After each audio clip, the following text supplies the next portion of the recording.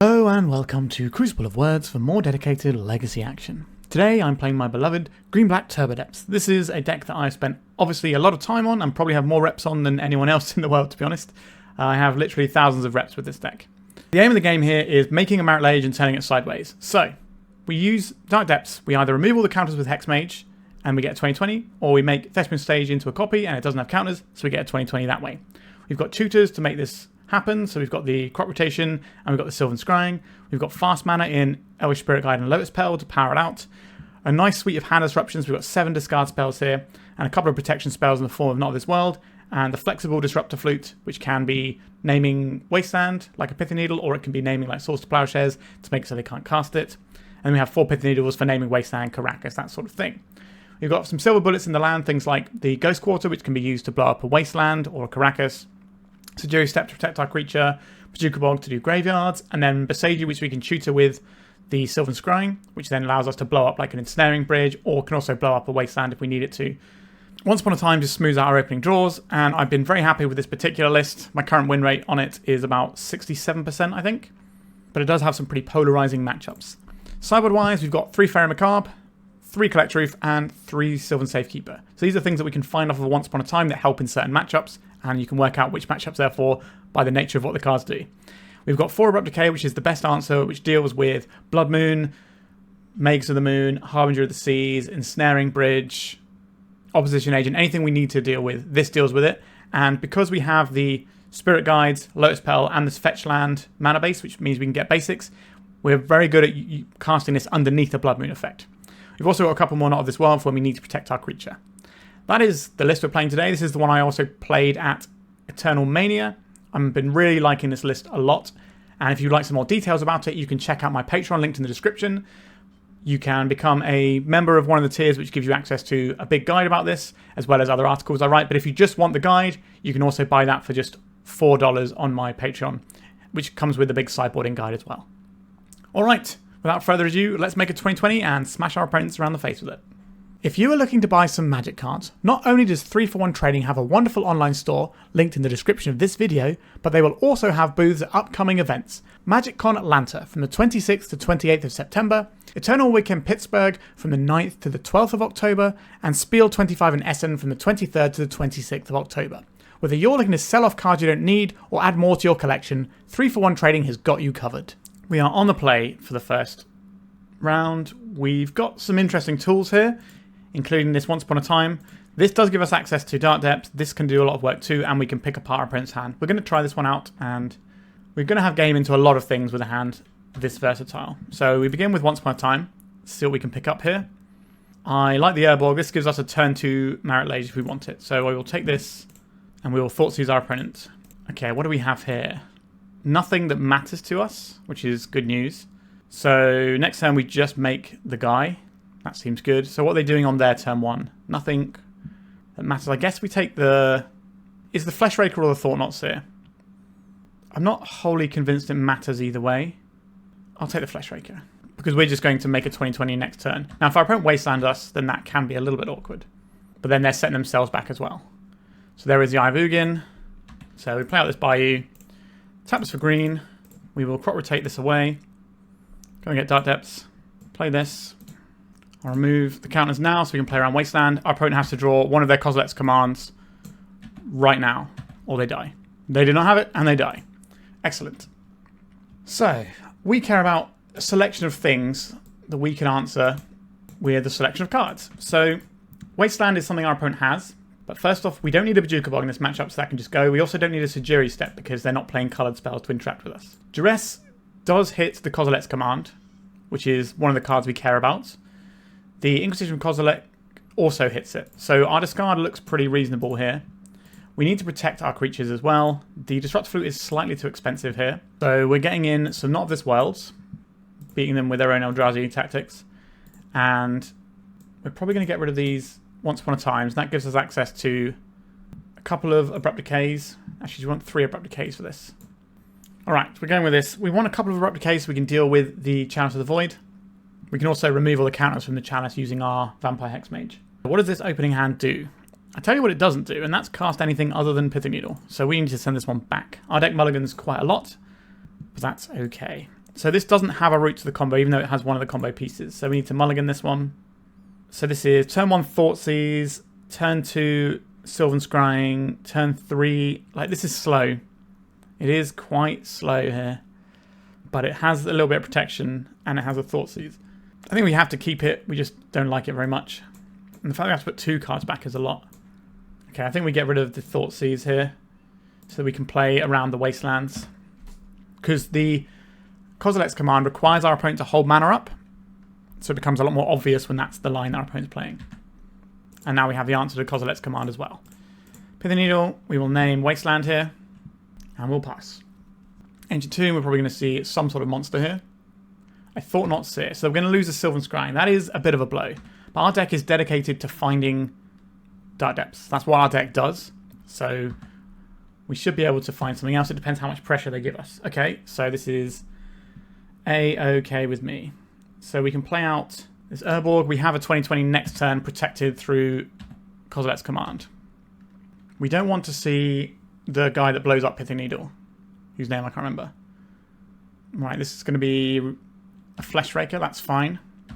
There is a possibility our opponent can kill us next turn, but they have to do it through all this nonsense we have. So I'll play out this, and I'll play out this Lotus Petal as well, and then we'll pass. Our opponent doesn't know that we can make a 20/20 just yet.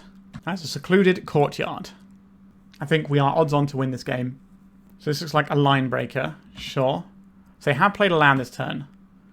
2 cards in hand. How much damage is this? 4, 5, 6, 7, 8, 9, 10, 11, 12, 13. So we probably need to block here.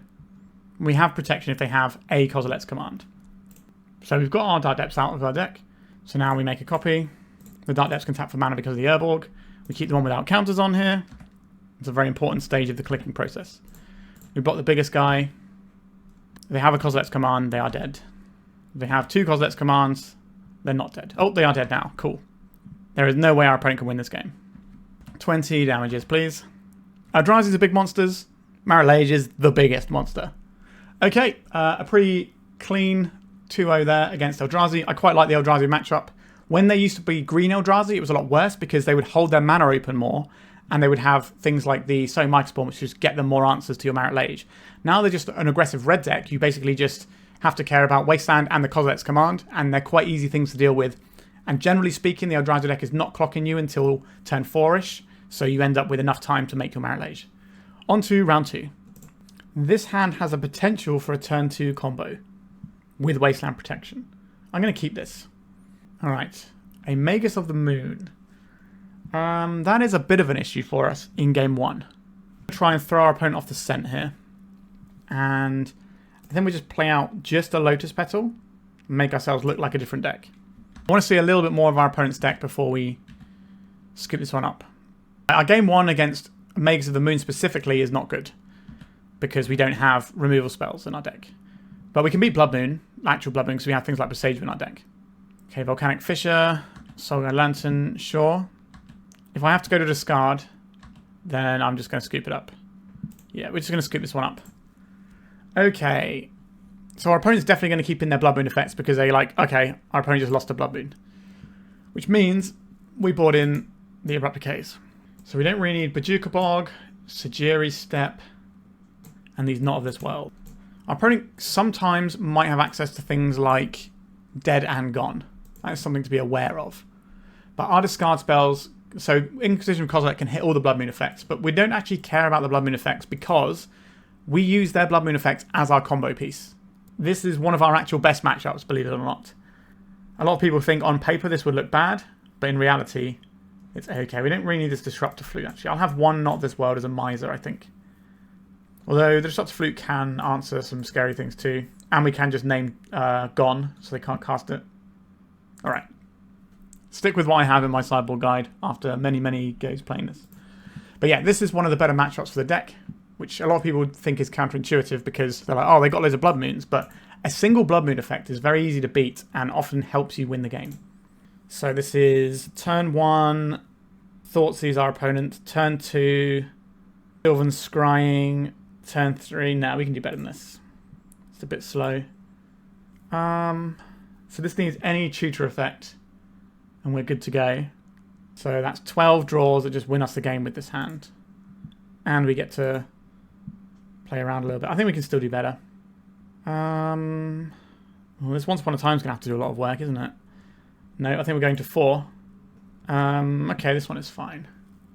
So these 4. So then we get rid of 1, 2, 3. Our opponent might also think the Soul Guide Lantern was relevant because they didn't see enough of our deck. So we get to Inquisition our opponent.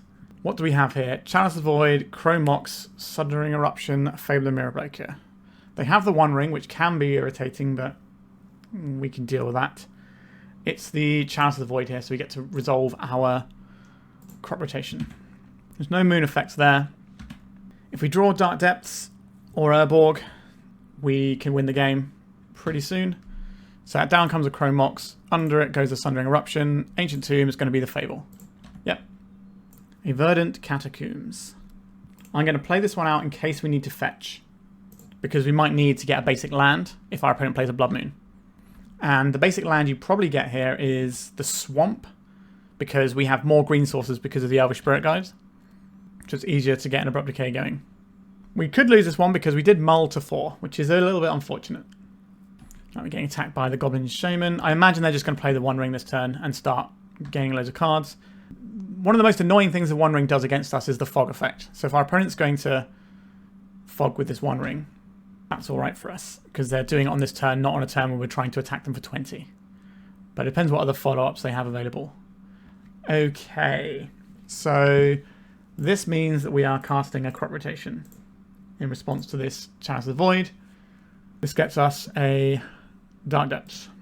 So if we draw any of our pieces of fast mana, we do get to kill our opponent on the next turn cycle. We drew a piece of fast mana. Beautiful. I will crack this now for good measure, I think. And we will get that Swamp. So I don't think our opponent can kill us this turn. I don't think they can reliably interact with Dark Depths itself. Dead Gone is the only thing that might do something here if they have it, but it's not a thing you see in these decks very often anymore. A Broadside Bombardiers, sure. That doesn't kill us. Okay, we go to 13. What next, opponent? They're throwing the One Ring at us. Puts us to 7. I guess we find out if they're running Dead and Gone or not.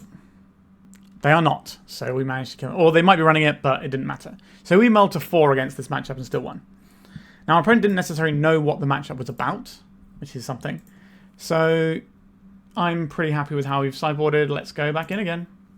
Now we're on a draw. It's slightly more important to leverage an Abrupt Decay hand. So a slightly sketchy looking hand that has an Abrupt Decay and becomes a little bit higher value than it would do if you're on the play. Because they might play a Blood Moon effect before we get to do anything. Okay, yeah. We keep this hand. Go ahead and Blood Moon me, opponent. I dare you. Chrome Mox. Pyrogoyf. It's a Blood Moon. So we beat one Blood Moon very easily as a general rule. I will play out this Swamp. And do we need to do this now? Sure, I'll take a look. An Urborg, a Thespian Stage, a Vampire Hexmage. I'll take the Hexmage. We can still cast this if we have a Lotus Petal. So the way our opponent wins this game is if they play another Blood Moon effect this turn.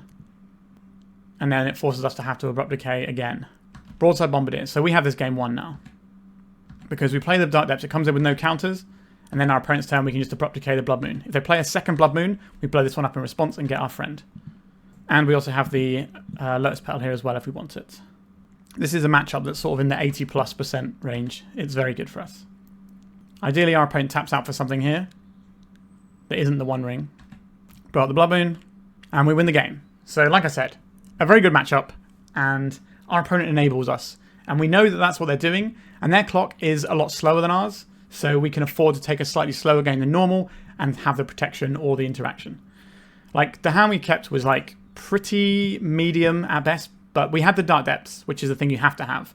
And if you have access to the other half of the combo, that's 16 cards, because you have the 8 shooters, you have the 8 things that go with it. So you have the 4 stage and the 4 Hexmage. Whereas if you're looking for the Dark Depths, there's only 12, because there's 8 shooters and the Dark Depths. So having the Dark Depths, you can keep a hand like that as long as it's got the answer in a matchup like this.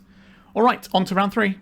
This hand is asking a little bit too much from Once Upon a Time. I think we can do better than this one. This hand gets us where we need to go. Do we need to speed this up using the Lotus Petal? So turn 2, we can't quite go off on turn 2. We would need another piece of fast mana if we keep this Lotus Petal. I think we're just going to keep our tutors. There's a lot of Thoughtseize about in the format right now, so more tutors the better. And Urza's Tower. So we're probably looking at some sort of Karn Forge deck. So this doesn't need to name anything right away. An Elvish Spirit Guide. We would have had the extra piece of mana to take us a turn quicker. That happens, unfortunately. So I think we go Bayou. What am I most scared of here? Is it Karn the Great Creator or is it the One Ring?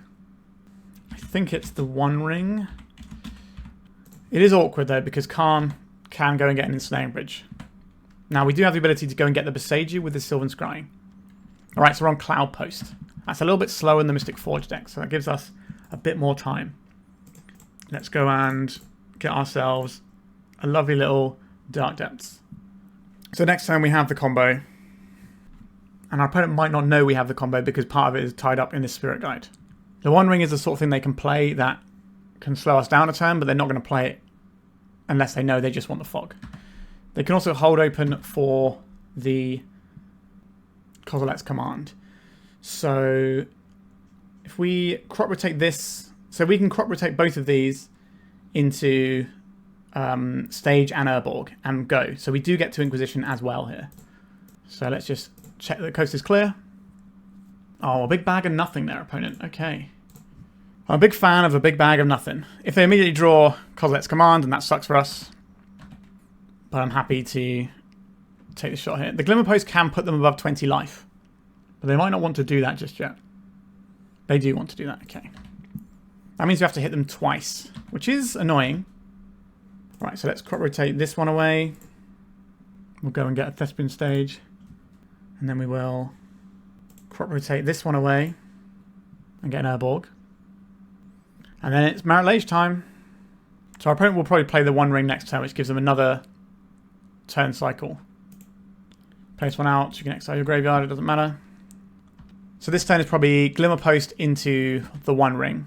Just buy some time, get the fog up for a turn, and then hope that they can draw their Kozilek's command in time.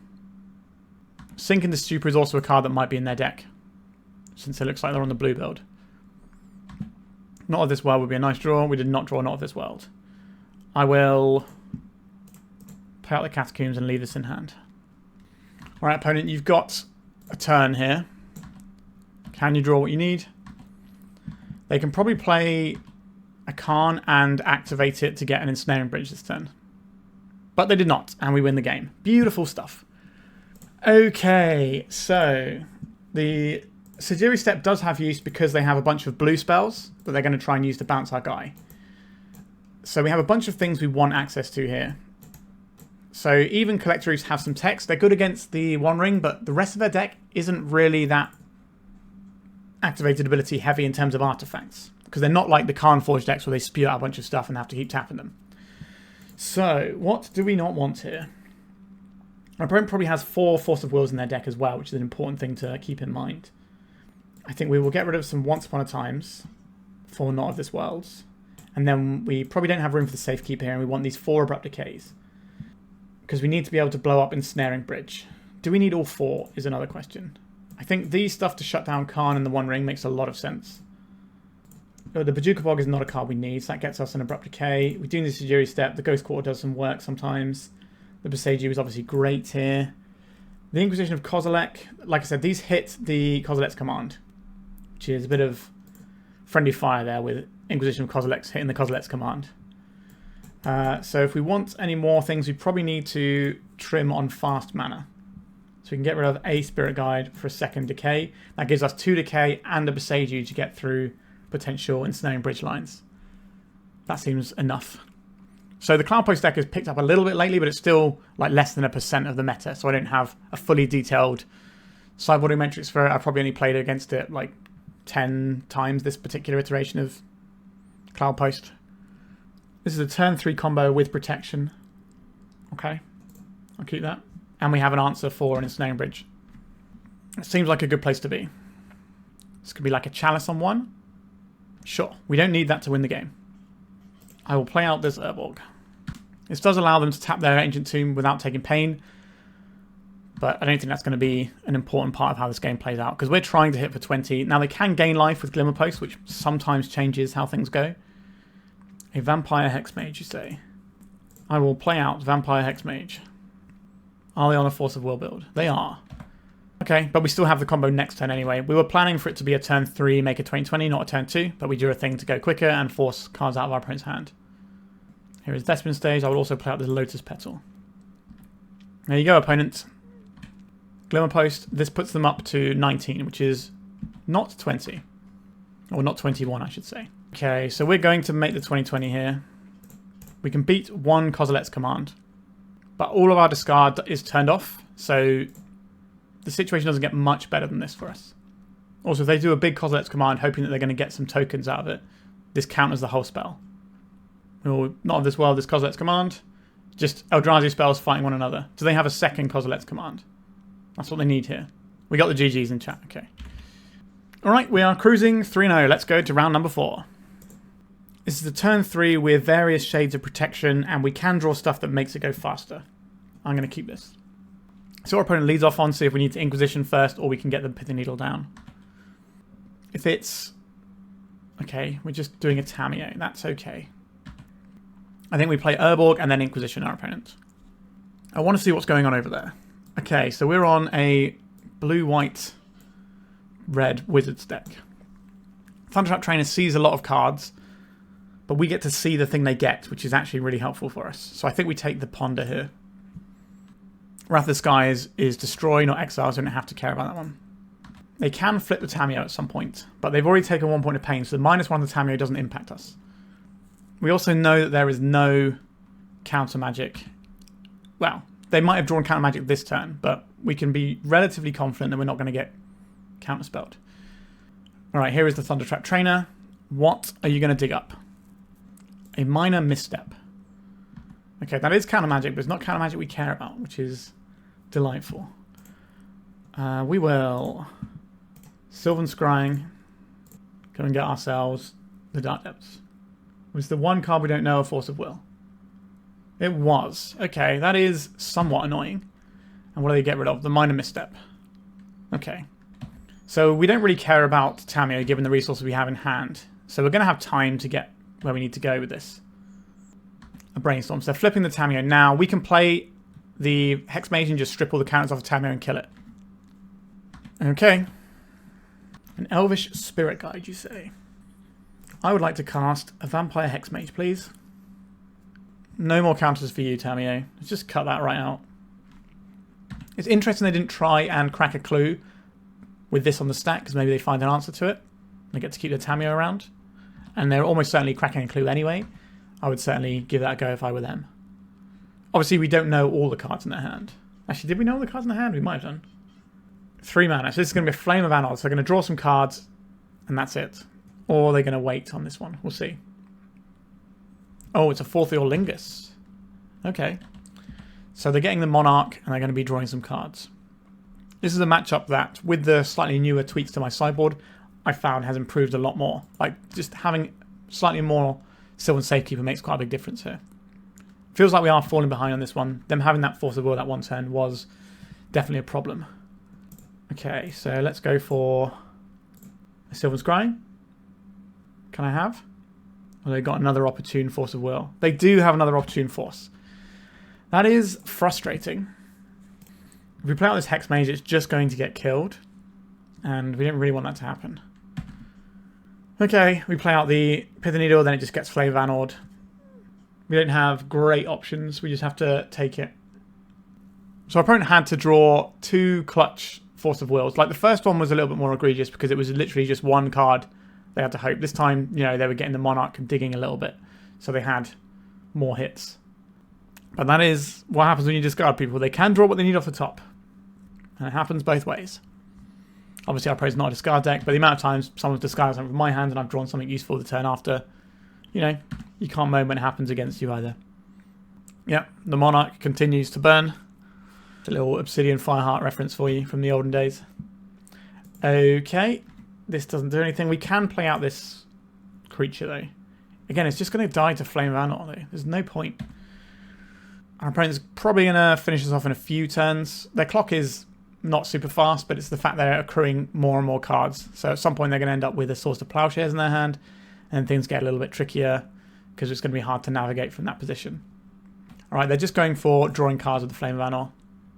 So now we could play out the Hexmage. That might mean they have a second Flame of Anor or a way of dealing with some other creatures, since they sort of sat on it for a little bit. Alright, it's going to be another Thundertrap Trainer. We get to see a little bit more about our opponent's deck in case there's anything a bit unusual in there. But for the most part, we know what's going on. In fact, I played this deck just the other day. Right, a minor misstep. So there is no crop rotations in our near future. A Duress.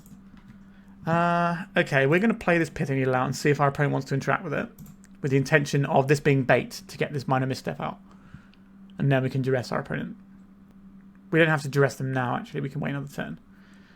Okay, that didn't work. What is the backside of Tamiyo called? Seasoned Scholar, I guess?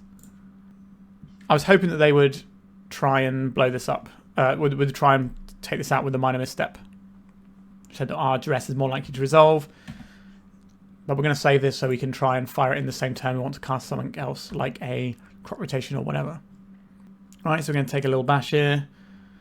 They are going to have to go to discard if they don't play anything else out, which is not a bad place for your opponent to be in. For them, anyway. It's horrible for us. They're getting rid of Wrath of the Skies, sure. There is a Dark Depths. Okay, so step 1. Play out this Lotus Petal. Do you want to use your minor misstep on the Lotus Petal? I didn't think you would. Would you like to use your minor misstep on the Duress? I suspect you probably would. There it is. Okay. What about this Vampire Hexmage? This is the last turn we can really do anything, because even if we make the 2020 on the following turn cycle, they can go around it. I think we cast this as well. Just gives us an additional body. This means that our opponent, if they remove our Marit Lage, we end up with another turn. Alright, so going to plow our guy. We will be getting our Marit Lage. We're going to like Teferi bounce it or something, but maybe we end up gaining 20 life, and that gives us more draw steps, and then we can try and get back into the game that way. This game is almost certainly over, and has been for some time. The second Force of Will was definitely the one. Right, so we gain 20 life. If they attack with everything, we can crack back and get the Monarch. Seems very unlikely that's going to work for us, though. That is the Thundertrap Trainer. We're not going to trade with this. We can just take some damage. So they can block with 2 Thundertrap Trainers on our Elvish Spirit Guide and trade 1 trainer for our Elvish Spirit Guide, which is obviously a good trade for them. A Sylvan Scrying. I think we actually keep this in hand for now, because we don't know which land we're getting yet. Alright, Flame of Anor, blowing up my Pithing Needle and taking out my Spirit Guide. Sure. Thoughtseize. Sure, we can fire this off now. And just Sylvan Scrying for the Dark Depths, I think. We could hold this, but we actually get a window where we can get through things. Yeah, this hand is a little spooky, isn't it? They can't hardcast the Force of War right now, so this sucks for us. I think we're just going to go to game 2. Just save our time. We're probably going to be losing here. We're getting a bit more information off our Thoughtseize.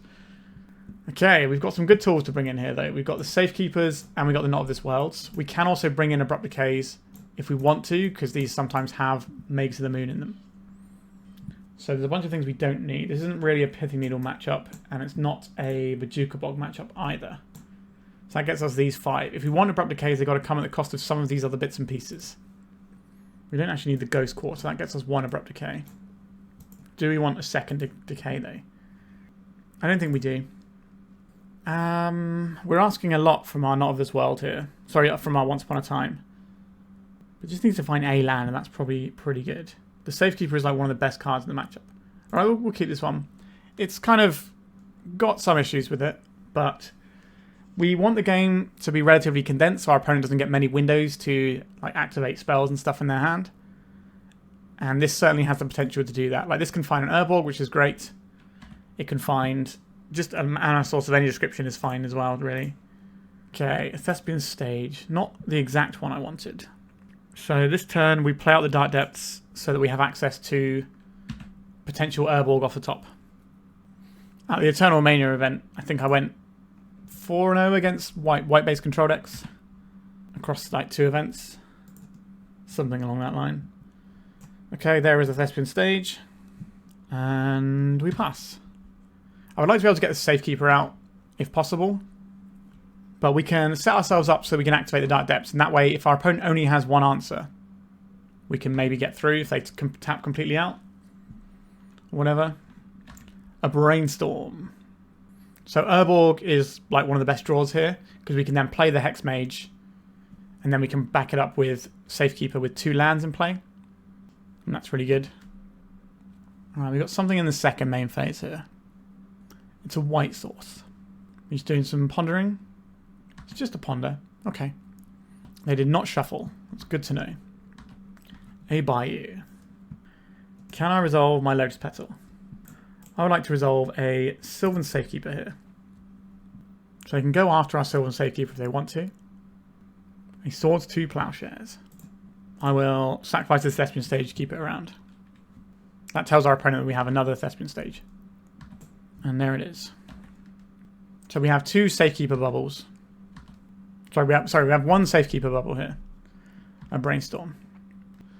And we also have the Knot as well. So we have 2 protection effects against what our opponent's doing. We have 2 potential spells over there. I think we go for it. So try and remove it in the end step here. And we Safekeeper bubble it. Oh, they're trying to kill our Safekeeper. Interesting. Alright, I'm going to give Shroud to Marit Lage. But then they can just kill it on our turn, can't they? Interesting. So if we give Shroud to Marit Lage, they just wait till our turn and then go for this. But that's actually okay. But we can just play the Safekeeper on our turn. Sure, we let this go and we can play another Safekeeper. We're relying on this Knot as well to work at this point. Right, so our opponent have triple Source of Plowshares, Force of Will Draw. They do have triple Source of Plowshare, Force of Will Draw. Okay. But we have the way to start the combo rolling again, and we got time.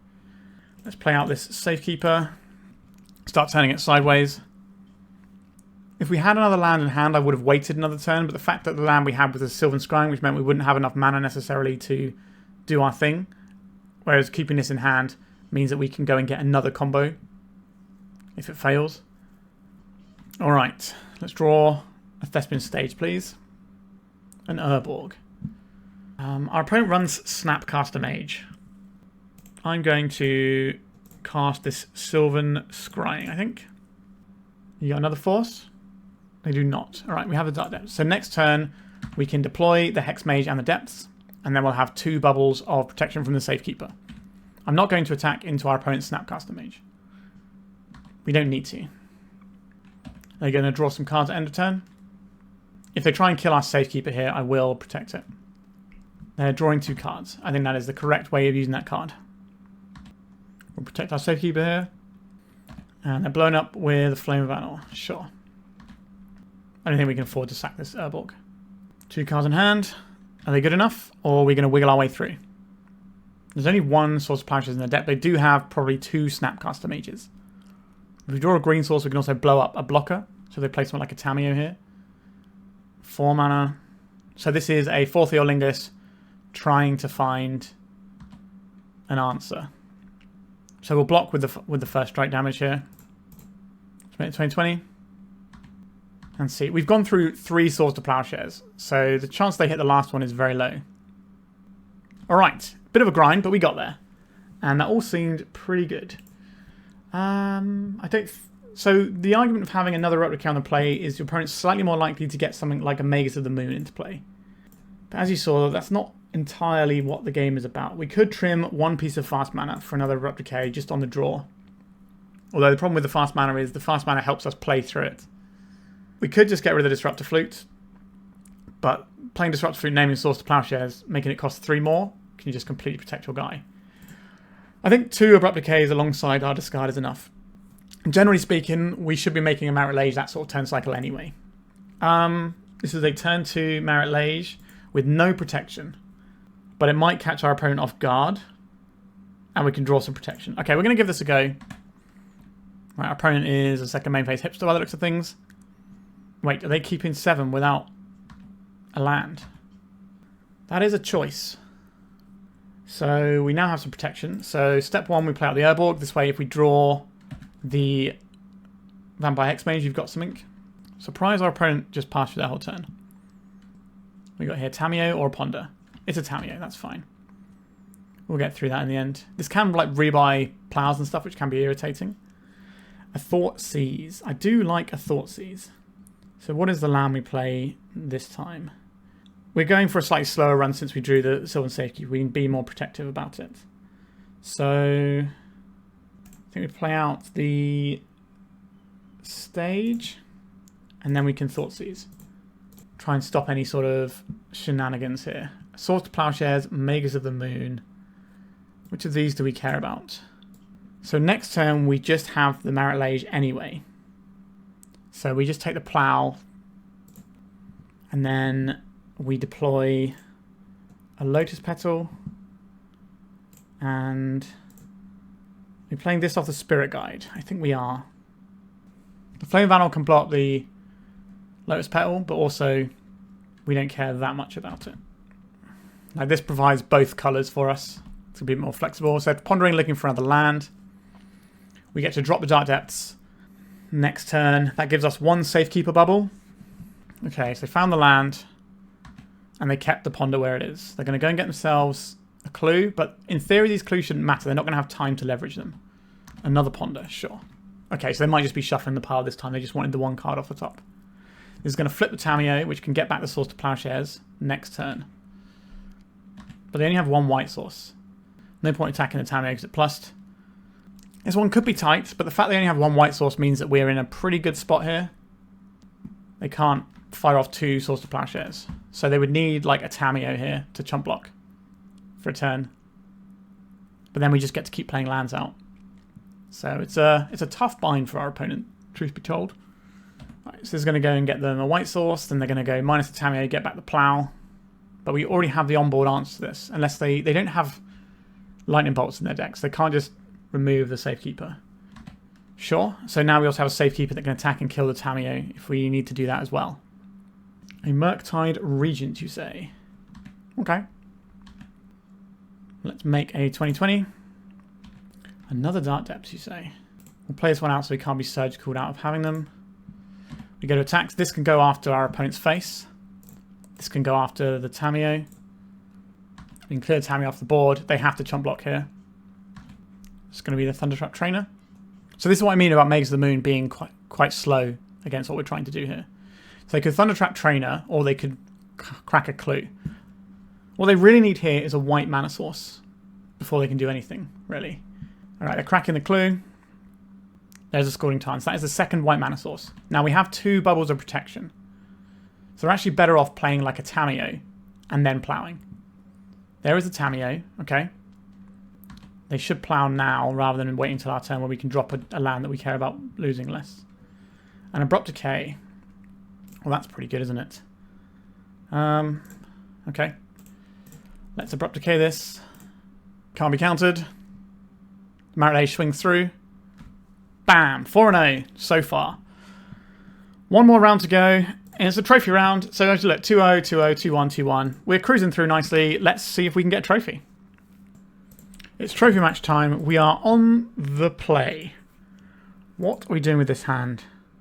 We can go turn 1, Sylvan Scrying. No, we can do something a bit better. Our opponent is a 61 card deck, which means one of two things. They're either playing like Ouphe or spells, or they're playing a deck that has like a tutor target that they want just one more copy, or like they wanted to have that additional tutor target in their deck. So they tend to be things like Green-White Depths and Cradle Control style decks. But I think we can mulligan for a better hand. This has lots of disruption. And we've got 16 draws that get us where we need to go here. We're also able to beat a Wasteland. But we can't cast any tutors with this hand. So it's a case of, do we think having a grip full of hand disruption is going to be useful or not? And then we mulligan again. Okay, this works. I'll keep this. So this is Thoughtseize into Hexmage. We need to draw any land to make this work. So I think we put back the Thespian stage and we try and draw any land. I think that's the best shout we have on this many cards. Right, Thoughtseize, point at our opponent. Let's see what's happening over there. Okay, a lands matchup. So our opponent has 2 answers to Marit Lage in hand, 3 ways of finding Marit Lage. Finding answers to Marit Lage. This is going to be very difficult. This is probably one of the hardest matchups that we have with our deck. So I don't mind mulling to 5 because it's pretty hard. So maybe we slow our opponent's roll with this Mox Diamond. And I'll play out this Lotus Petal, so if our opponent has any sort of wasteland action, we can at least crop rotate our Urborg into something more useful. We can't just play out a Dark Depths in this matchup, because our opponent will have access to Thespian Stage in their deck. So if we have the Dark Depths, they can then copy it, and then we're in trouble. There is the wasteland. Okay, so we're going to crop rotate this away. We're going to go and get another Urborg, I think. Is it an Urborg or is it a Bayou? Urborg opens up the best draws for us. Yeah, I think it's just an Urborg. We need to aim high here. Thespian Stage. I think I'm okay just to play this out and beat down with it. If we find the Dark Depths, we're going to be able to combo off anyway, so we're not going to need a Vampire Hexmage for it. This way we can put a tiny bit of pressure on our opponent, maybe get them to fire off something that doesn't quite work for them. But they have access to Karakas, they have access to Maze of Ith, they have access to more Wastelands. We're just in a huge pile of trouble right now. But if they're going to go for like a Wasteland plan and just try and take out our lands, then we can still top deck, like, not of this world into Dark Depths.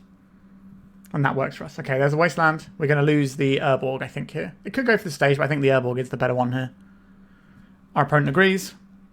It's going to be a difficult low resource game for us here, but we can win those games. Alright, we have access to green mana. That's helpful.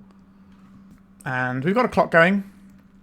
Now, our opponent doesn't ever have to worry about this clock because they have access to stuff off the position map, but they might not have any green mana. Maze of Ith. This is probably the worst matchup for us because they just have almost every single card in their deck is good against us.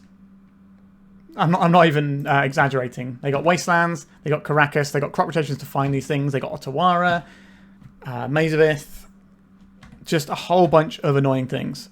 They can even gain life off of a Shadow Spear as well to put themselves above 20. They have their own Thespian stages, so we can't just play out a Dark Depths, and we have to be really careful about when we do it. It's an absolute nightmare. And they might even have Swords to Plowshares if they're like the green-white build. Although it looks like they're doing something in blue. But this is going to be tough, but if they don't find green mana, because they did burn their forest to get a Wasteland, which I don't necessarily agree with. That is an Expedition map, sure. So we could turn this into a land and then copy it right now to give us 2 colours of mana right now. But that means they can waste us off. I still think that's correct. So we're going to go and get a Bayou here.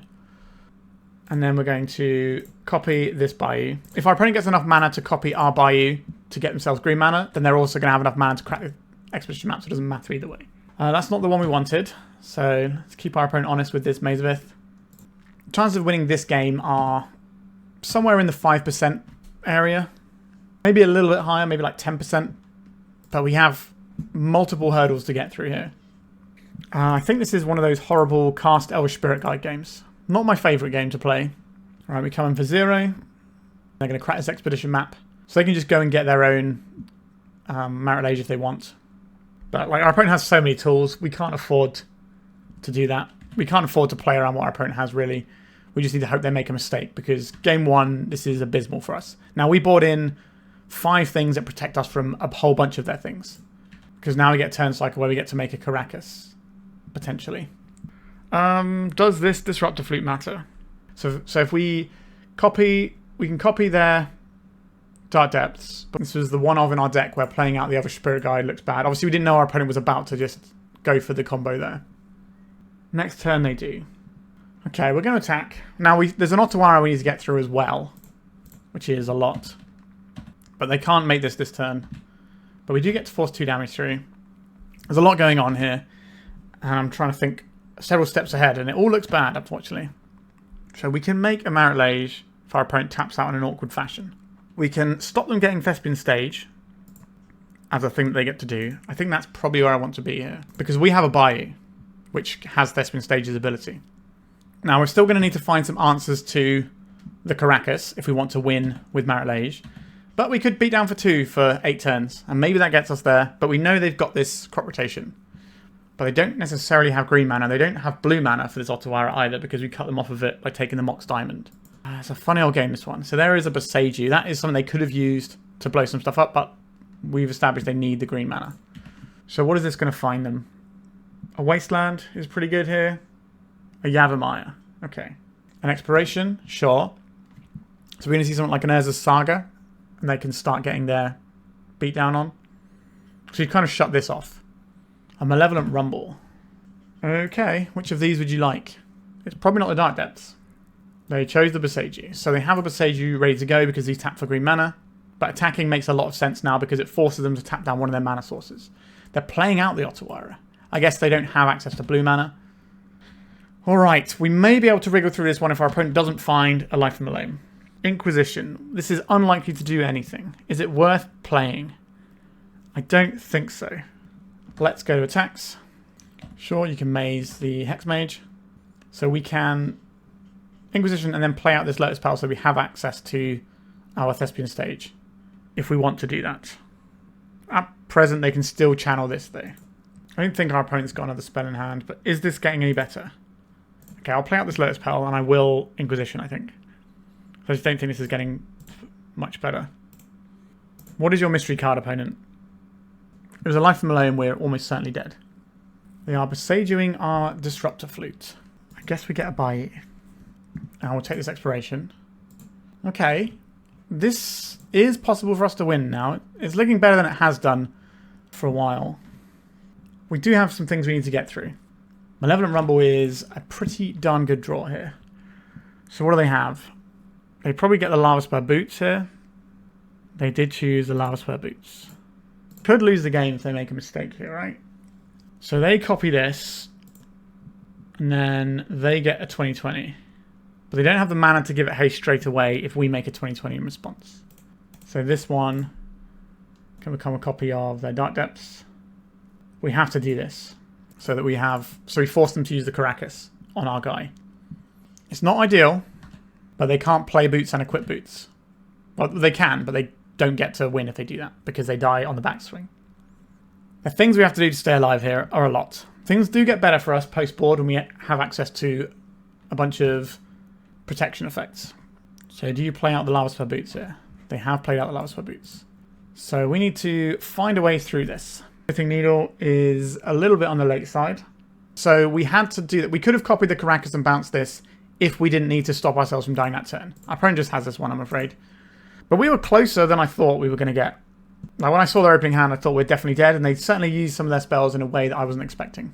Okay, so in this matchup, we don't really want discard, but we do want Sylvan Safekeeper and some Not of This World. And then the rest is seasoning to taste. I quite like having Abrupt Decays here. And because this can get rid of like the boots or some awkward permanents that are getting in our way. Bojuka Bog has text. Ghost Quarter, Sejiri Steppe, these are all important.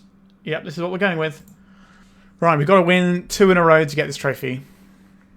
This card is obviously very important, but the rest of our hand doesn't go. We need it to, so we have to mulligan. That was a mull to 5, that first one as well. Okay. So this is a turn 2 with no protection, but if we draw a land, it has protection. Okay. I can handle that. We could make this a turn 1. So we could go Bayou, Lotus Petal, Mega Hexmage. That is a little bit feisty. I think we're going to take a swing because we don't want to let our opponent get set up. Right, once upon a time, what are we doing with this? A Thespian stage. Okay, you got it. We want them to just play some stuff out and be tapped out. And then we can get them. They might not expect the turn 1 2020. Which is something our deck can do that theirs can't. They can do turn 2 2020s, but turn 1 is not within their wheelhouse. So we can turn this into something else. Right, they're just going to hold up the forest so they can crop rotate for what they need. So we just move on with our lives. Hopefully draw a land here. That would be ideal. Not a land. Okay. I will attack with this Hexmage. I will deploy this Sylvan Safekeeper. Would have preferred to draw a land over this Pithing Needle this time around. We don't know what with Pithing Needle is going on because they have so many things that are bad for us. So we let this crop rotation go through. This gives us an idea of what we want to be tackling with our resources. They probably just get a wasteland here. No, it's a Yawgmoth. Interesting. Okay. This allows them to leave up any land and it potentially be a crop rotation. which is a little bit spooky. There is a wasteland. They would like to do that, would they? I will crop rotate this away. I will get the Dark Depths. This taps for mana because of their Yawgmoth, so we can play out a Pithing Needle on Wasteland. Would have liked to have drawn a land there. Let's get to bash here. Now, there's an argument that we play out the Pithing Needle instead of the Sylvan Safekeeper last turn as well. But I like being able to pressure a little bit and just getting this in. Being able to sacrifice lands as and when we please, when our opponent could potentially Thespian stage us, is pretty important. Because we don't want them to use our Dark Depths to make it 2020, because that ends quite poorly for us. This is the turn to draw another land, please, deck. Thespian stage of our very own. Okay, we will crack in for some damages. Opponent's got 6 cards in hand. We've got some choices to make here. Because we can play this weird little standoff game. We'll see if they do anything in our end step, and we can act in their upkeep. How many ways around our Dark Depths do I think they have? Because we don't want them to be able to get their own 2020 here. I think we have to take the Dark Depths out now before they can make a copy. So we get the Dark Depths as a creature. We have 1 bubble of protection. We hope that's enough. Are they going to Boseiju this? We got a crop rotation. So this is just going to get a Caracas, right? Because they unless have a Ghost Quarter. They do have the Ghost Quarter. Okay, I will allow this Ghost Quarter to happen. And I will get this Swamp. Okay, not all lands builds have a Ghost Quarter. I personally like having a Ghost Quarter. I'd rather our opponent didn't right there, but beggars can't be choosers, I suppose. So we are a Dark Depths or a crop rotation and a land away. This Urza Saga is going to start beating us down soon, though. Malevolent Rumble is pretty darn good. They have a Dark Depths of their own. They shouldn't take that. They should just take the Expiration. I guess they might take the Dark Depths just because they don't have much else to pick from this pile. But it's not really what they want. Because we are the ones with the Thespian stage. They can't really play this out until the right moment. They chose Expiration. Okay. Things are getting very difficult for us. A Thespian's stage. Okay. So we could have won this game earlier if we'd have had access to slightly more land. I think we might have been able to have a crack at it. Although our opponent has left open crop rotation a lot, so they might have just been able to Ghost Core us out. So now we can get our own Urza Saga and start being an Urza Saga person that then gets a Pithing Needle. And we know that they can activate this because they have the Eldrazi spawn. So we'll see what our opponent plays, and then we can decide if there's a better target for our Thespian stage. But our opponent's deck has the inevitability here, because they have enough pieces to lock us out of the game forever. Alright, we're going to copy their Urza Saga here. So they can name Urza Saga to stop us, our Thespian stage, doing things. Or they can name the Sylvan Safekeeper, they can name the Thespian stage. They've got options here. Could name Hexmage. We can also just blow this up because we have Swamp plus green sources from the Yawgmoth, if this becomes a problem. Sylvan Safekeeper, sure. So there is their Thespian stage. But now we have 2 Thespian stages with different names, which is not always unhelpful. So this Mox Diamond is going to enable them to activate their Thespian stage or activate their Urza Saga, depending on which route they want to go down. Both routes are bad for us. Okay, so they've got another land as their last card in hand. There it is. So they have Dark Depths here. They can just make the Marit Lage right now. That seems like a pretty good thing to do. Yeah, our opponent's deck is basically the ideal thing to play if you want to beat Turbodepths, which is unfortunate for us. Like, you know, I still win, you know, maybe 1 in 7 matches or whatever, 1 in 8 matches. But it's just really hard. Okay, so this ticks up. This is indestructible. We are just stone cold dead here. Alright, the trophy escaped us this time. It was only a matter of time before we ran into a horrible matchup. And the lands is about as horrible as it gets. I think it probably is our worst matchup in the field. I think, as we showed earlier, the white control-based matchups, we have tools to beat that now. Like, a whole grip full of, like, Safekeeper, Discard, and Not of This World gets you there. Because you're not under any pressure, and they're not really tying in your lands very much. You can just do your thing. So, I don't mind those matchups anymore. And I've been beating them consistently for the last, I don't know, 8 weeks or something like that now. I think lands is definitely the worst for us. Like, Doomsday's horrible as well. Ouphe Spells isn't as bad as you'd think, because we have Hand Disruption, we have main deck Graveyard Hate, we have some Graveyard Hate we can board in as well. So I don't think that matchup's too bad, because they don't always kill you on turn 1. They don't always win the die roll. Like, on average, you're going to end up coming away in an okay spot. And you don't really care about their pivot plans very much either. But yeah, Doomsday and lands are not really where we want to be. So we did play against a bunch of different decks today. So we sort of showcased how we can beat control decks. We showcased how we can smash up the Blood Moon decks. The big mana deck in the Cloudpost deck, that was pretty easy for us to beat as well. So I hope I've sold you somewhat on how sweet this deck is. I have lots of videos playing this deck on my channel that you can check out. And if you'd like some more resources, you can look at my Patreon, which is linked in the description. There you can find a guide, so you can become a Patreon member to get a look at all my articles and my monthly guides. Or you can just buy the monthly guide on its own as a one-off thing, which has a sideboarding matrix as well. And if you'd like to support me in another way, you can become a member of my YouTube channel, which then gets you to see my videos early and only costs you $1 a month. So plenty of options to support some wonderful Turbodepths action. And I hope you enjoyed this today and I inspired you to go out there and make 2020s. Thank you so much for watching and goodbye. If you'd like to support me in the channel, please check out my Patreon. It has a free guide to budget Turbodepths as well as 3 tiers of support.